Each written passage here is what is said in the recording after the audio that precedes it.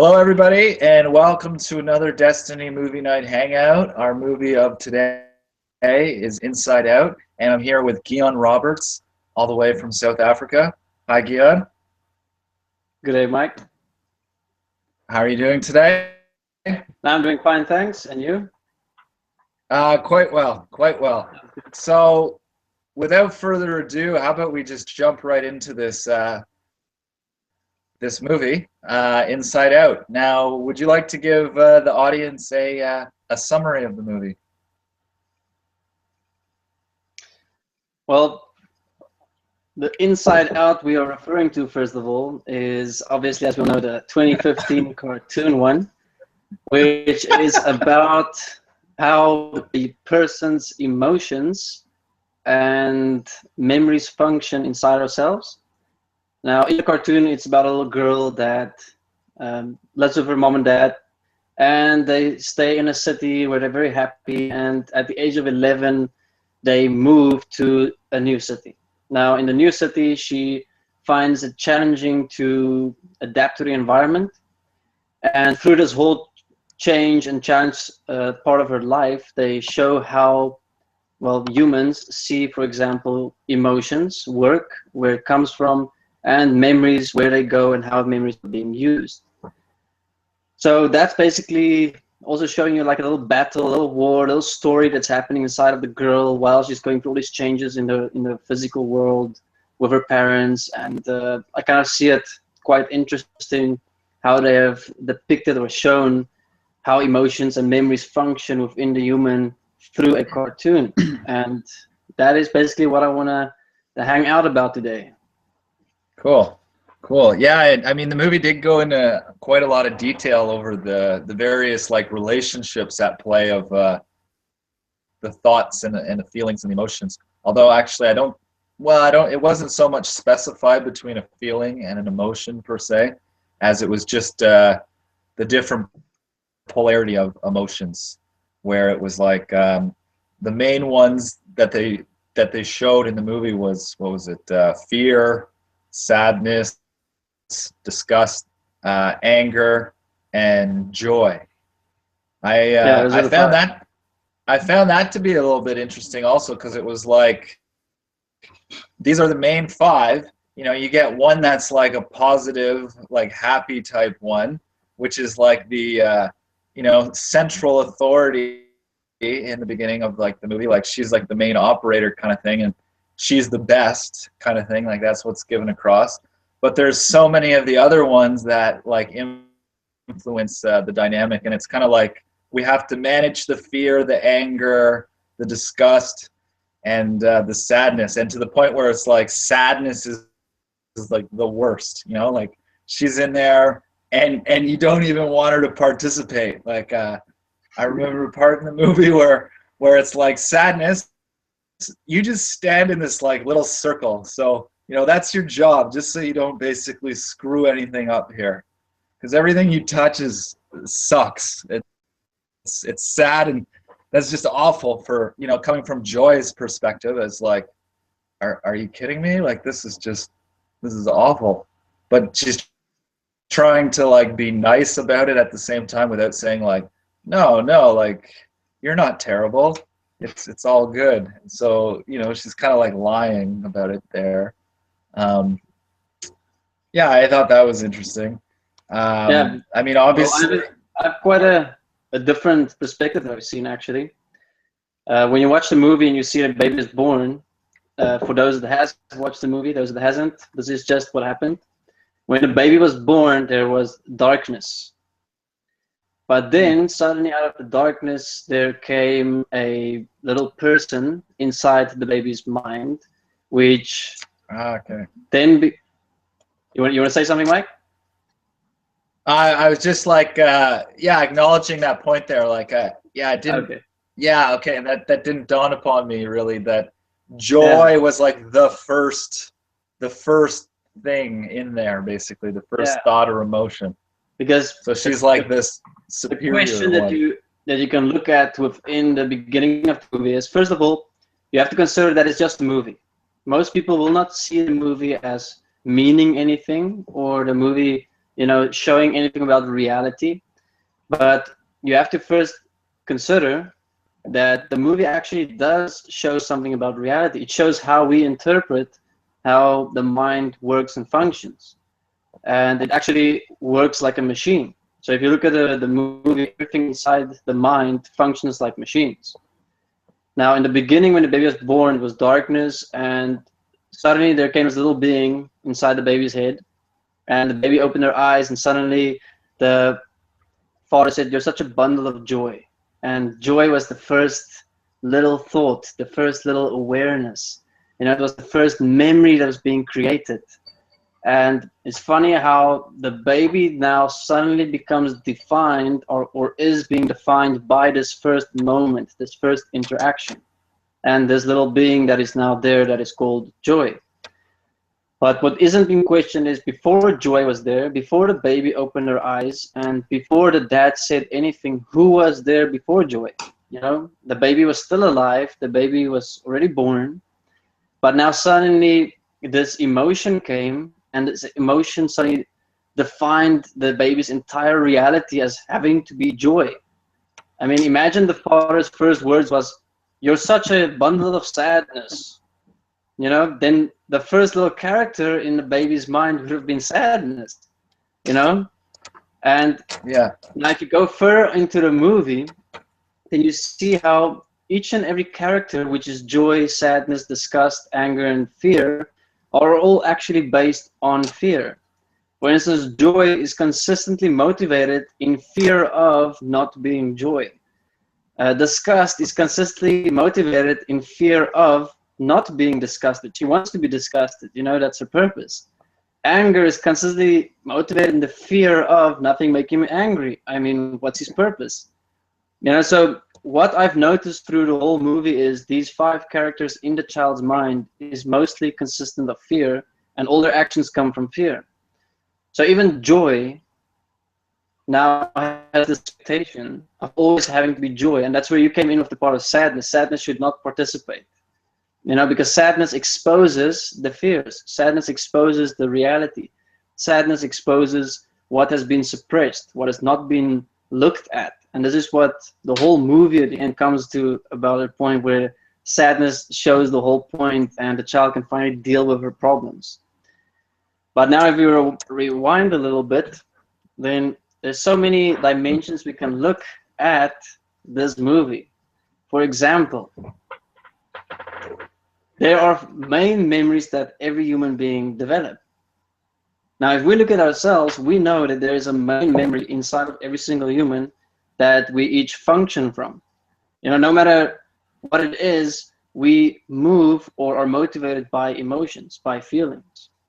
So if you look at the movie once again, the child, every time her emotions inside her mind, joy, fear, all those little guys, if they couldn't decide what to do, the child was standing there in the movie like this. I was like, what the hell is this? Are they saying that there's a puppet that is being controlled by these little beings or little voices in the person's head? And funny enough, it is actually so. If you look at humans, we have so many voices in our head telling us what to feel, what to do, what to express, which relies on memories and experiences that we had from the past. So if we look at the movie, it's actually reflecting a lot about reality and a lot about how we are actually designed. And if you watch the movie twice, as I did, you can, in the second round, you can see again what is actually being shown. But obviously the movie's conclusion is to make it normal, to make it right. Instead of us realizing that you're being controlled and you're a slave to your emotions and feelings because of how you have defined yourself from the moment of birth through your environmental input that came from your parents and those that are around you, which was kind of forced onto you. When the father said you're such a bundle of joy, that expectation was forced onto the child of now always having to be joy, and then when you go into the father's mind, which at some point in the movie, when a child is breaking down and joy and sadness disappeared into the mind, then the father and the mother's minds was suddenly, signaling each other. Now in the signaling, I don't know if you've noticed, the father's main character was anger, Yeah. and the mother's main character was sadness. Yeah. And the child's main character is supposed to be joy. Now, this is Yeah. also a reflection of reality, where the mother is mostly living suppressions in relationships. The father is also living suppressions in relationships, and that's why they're always angry. That's why the mothers are usually always sad. And the children is trying to live that one thing that the parents are not embracing themselves, which is joy. And the child is carrying this massive expectation of always having to be, the light and the life of the family. But at some point, it's got to collapse. At some point, the child cannot keep that burden anymore because no one is taking self-responsibility for themselves and how they experience themselves.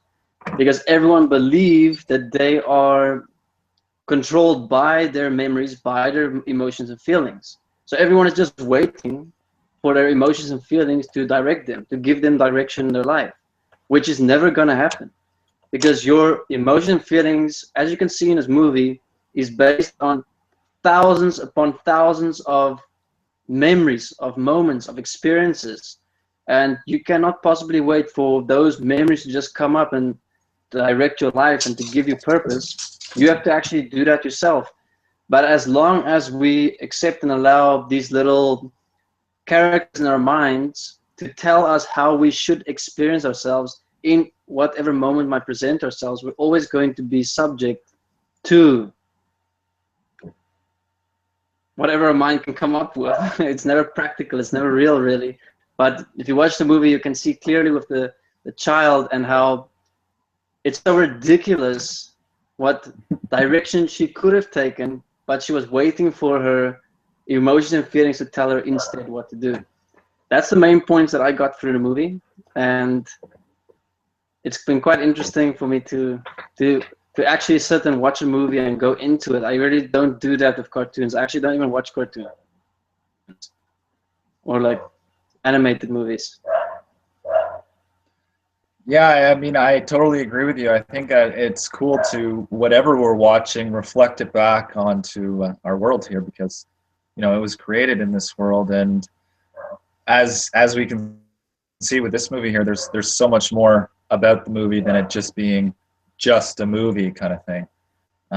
That's kind of like a great irony with things that are produced these days, is that the more we look into it, is that we can see like the different relationship dynamics that reflect the total world of our acceptances and allowances, like as through our mind. A point about the movie that I thought was kind of interesting, and I mean kind of ridiculous, like, especially for a child going through the movie, because basically you see like the whole the different relationship dynamics between joy, anger, disgust, and all that. Like there's this big conflict ensuing, like how they're gonna like help the child direct themselves in their life in a way that's best. And while there's like chaos going on within the emotions, things are just like going even worse for the child, right? Like sometimes she doesn't even know what to do because like there's not even a clear direction with the emotion. And then other times it's like she's expressing herself this way, and you can kind of see that that's not the best way. But then like through the movie, there's no real like glimmer or whatnot that the child is the like directive force responsible in making the decision as who I am in this moment, how I will respond or whatnot.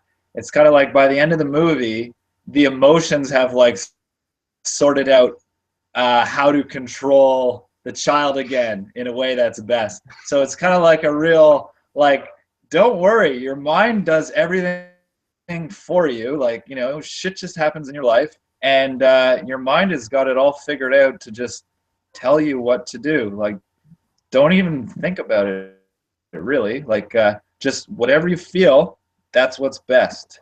And just, like that's like the happy ending or whatever about it.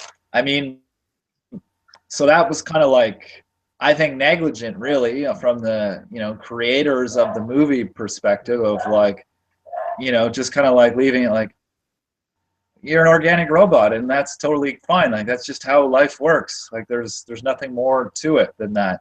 But what I did think was interesting about it was like kind of like the relationship between the emotions there, where like joy realizes that, you know, sadness has value and isn't irrelevant, like kind of like an equality coming together, if you will, on the 2 points, where there was an extreme superiority inferiority like relationship complex between the two of them, where, you know, joy is first, she's the best, she's the most positive of the bunch, and you know, sadness is the most negative. And by the end of it, you see how, you know, sadness doesn't have to be like so polarized, and while joy at the same time isn't necessarily so polarized either, and that you know, they work best when they're in harmony with one another. And I found that to be like kind of a cool point, because, you know, so much in this world there's like an emphasis on you know, like the thought sentiment, just be positive, like just be positive, just be happy or whatever, like, you know, don't be sad, or like, you know, if a child's crying or whatever, like a parent telling them maybe, you know, just stop crying, you know, don't cry, like that's bad, kind of thing. Like just those suppression points when, you know, if we look at this world and whatnot, like there is shit that is sad here. Like there's things, you know, that are not cool. And to kind of like make it a cover up is like, well, just don't look at it. Like, don't look at it, you know, make it fun or whatever. Is kind of, while it is an abdication of like having a holistic perspective and working with the information that's here in a practical way. So I thought that was cool. Yeah, that's a perspective I didn't look at. The point of sadness and joy. But I did see in the end that Joy had to learn that she has actually been suppressing the other part of the experiences. You know, they would show the memory, and then when it turns to sadness, it moves to the other part of the memory, and that's where it shows the sad part, the reality actually.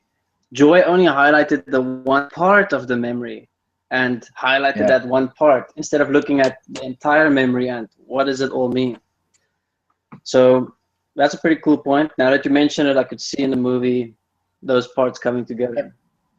And I think actually at the end of the movie, when like there is kind of that equality connection between them, where like sadness is, you know, touching the memories now, and it's all good. When you see the new memories that are formed as like new core memories, you just see like a little glimpse of it, but the ball comes in as like all color kind of thing. Yeah, I saw that. Like which is cool, because it's, you know, to me that showcased the equality point, that to be like one with like a word or, you know, an emotion or a feeling is to have like kind of the holistic perspective about it, and move it out of like polarization, so that it's no more such a conflictual point.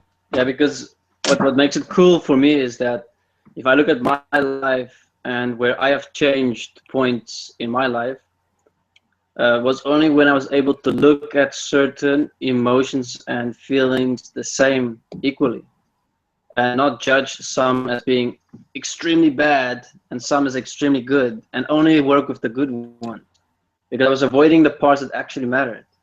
So when I look at fear isn't good or bad to look at. It's equal as looking at joy. They're both just a energetic experience within yourself.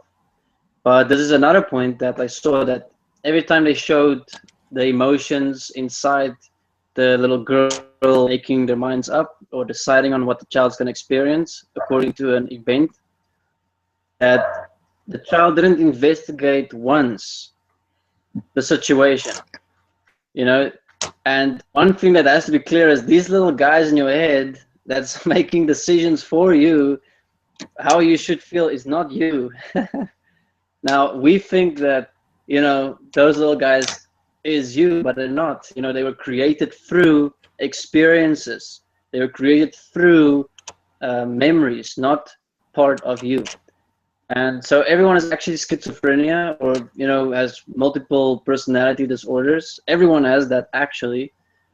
It's just we keep it all in our heads, and one moment you can feel happy, one moment you can feel sad, and the fact that you don't know why you made those decisions, you must question why were those decisions made for you, and why. Why am I feeling sad right now? Who decided this? Did I decide it? Does my physical reality tell me this is sad, or does something inside of me tell me this is sad? What's making this decision? So we must check ourselves before we wreck ourselves. Yes, it's a great line.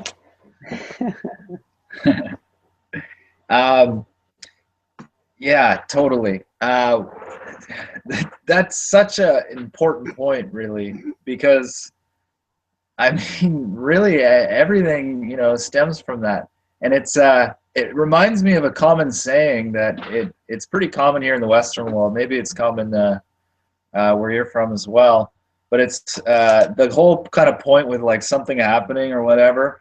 It's the common like reaction saying to whatever happens is like, well, let's just like wait and see what happens, or like, let's just see what happens. And that's kind of like the showcasing in this whole movie, that it's, one reaction play out after another is like, oh, something happens, okay, another like fear-based reaction, and then into the next. And that's like what makes up, a person's like whole life primarily. And like what yours, or go ahead. And now that you say that, it actually shows that you're not responsible for anything. Yeah, because there's no ability in the child to respond. Yeah, it's everything a reaction. As you actually say that, I saw now in the movie, it was literally just reaction after reaction. There was no time for actual action. It was just reaction, because memories are from the past, emotions and feelings are from the past, so everything is it's past tense. So when you react, you're acting from the past instead of being responsible, where you're responding when you are able to within your reality. So this child literally was like a puppet. That was the saddest part, I think, of the movie. Every time I observed the child, it was a very sad movie. It's like a puppet. Like, oh, look at me. I'm gonna feel sad now. And I mean, where it was like, I mean, such a sad point in the movie for me, and maybe because I grew up playing hockey, and so the girl liked hockey, or she had some core memories that were connected to her playing hockey, where she had the experience like with her parents when she was little, scoring a goal, and that kind of catapulted her in the direction of hockey, because she had like such a firm, strong core emotion of joy about hockey. So that was a point that got developed because of her reactions, leading her to pursue her joy within the hockey. But what we see as she moves towns and she's trying out for a new team, because her emotions are out of whack, like there's a whole inner war happening with them about the direction of her and whatnot, is that even though it showed her like earlier clearly having the skill and ability to perform as like a hockey player at a very good level, like being better maybe than her peers, all of a sudden you see her stick handling with the puck, and it's like she can't even function anymore. Forgets, and she's like on a breakaway, has like a clear shot to score a goal and make a nice play, express herself, and she totally misses the puck, like just like terrible. And I mean, even talking about that now, for myself, like who grew up playing hockey, I can reflect actually on a similar experience where I totally like suppress my ability within like a game, where I can remember I was trying out for this competitive like team that's like very highly regarded and whatnot. And like as a kid, you know, I was like nervous and whatnot because I was being like judged and like graded on like how I was playing and whatnot. And I really wanted to be on this team. And, you know, I knew I had to play my best and all this or whatever. But there was definitely like, you know, a conglomeration of emotional shit going on inside me, even while I was playing. And that actually happened to me one time. I was like doing this drill and, you know, taking a slap shot is like a routine thing for me. And then all of a sudden it was like I whiffed on a slap shot in the tryout. And it was like I couldn't fucking believe that I did that like afterwards. It was like, wow. Like, and, you know, but like looking back, I mean, at the time I had no idea like how I was existing in my own realm of reaction and feeling and how I was, you know, I mean, I knew the point that it was like I was nervous about like, you know, playing and whatnot, more nerves than I would have it didn't matter or whatever kind of thing. But yeah, there's like a direct experience I can relate to where bringing in experiences, I can actually see that before I was introduced to Desteni and obviously, you know, walking a process, my entire life, literally as the movie, played out as the movie.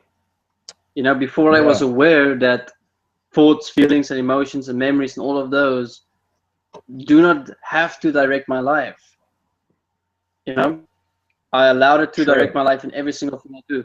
Because if I look at back when I was 16 and I was just hitting, you know, the stage of being a teenager, you know, I've been a teenager for a while, but more of an older teenager, you know, a teenager that's got more say, that's got more privileges, that can do more, that looks older. Very confused. I didn't know what life decisions I'm going to make, you know, what career am I going to do after school? Do I want to study something? Where am I going to go with my life? You know, 16 was like for me that time. And I remember clearly making the decision that, you know what, I'll see how I feel. You know, like, I'll see if do I still feel this way next year? Do I still feel positive about myself? Do I still feel like I can achieve anything? And what happened actually was when I was 17, that feeling changed. You know, my whole life changed just because the feeling changed. So instead, I went way down the slippery slide, and all potential in my life just became almost null because I gave up on myself, just because I didn't feel like myself as positive. The reason for that was also because of a reality change. Because here in South Africa, at the age of 16, you're in grade 10, which means that's the year that in school, if you went to a public school, you had to choose your own subjects to study for that year. And those same subjects you will take through to grade 11 and then your final year, grade 12. Now, I realized that the subjects that I chose was not going to support me in a good life after school. So that fact of reality slammed me over. You know, I was like, shit, there's nothing I'm going to be able to do with these, you know, subjects. I'm not going to be able to study to become an astronaut or, you know, something higher. Everything I had was pretty low, you know, just to pass school.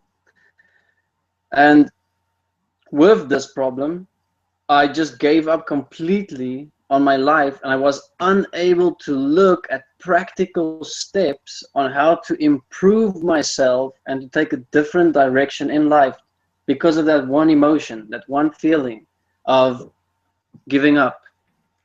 And I allowed that emotion, I allowed that feeling to direct my entire life inside my mind.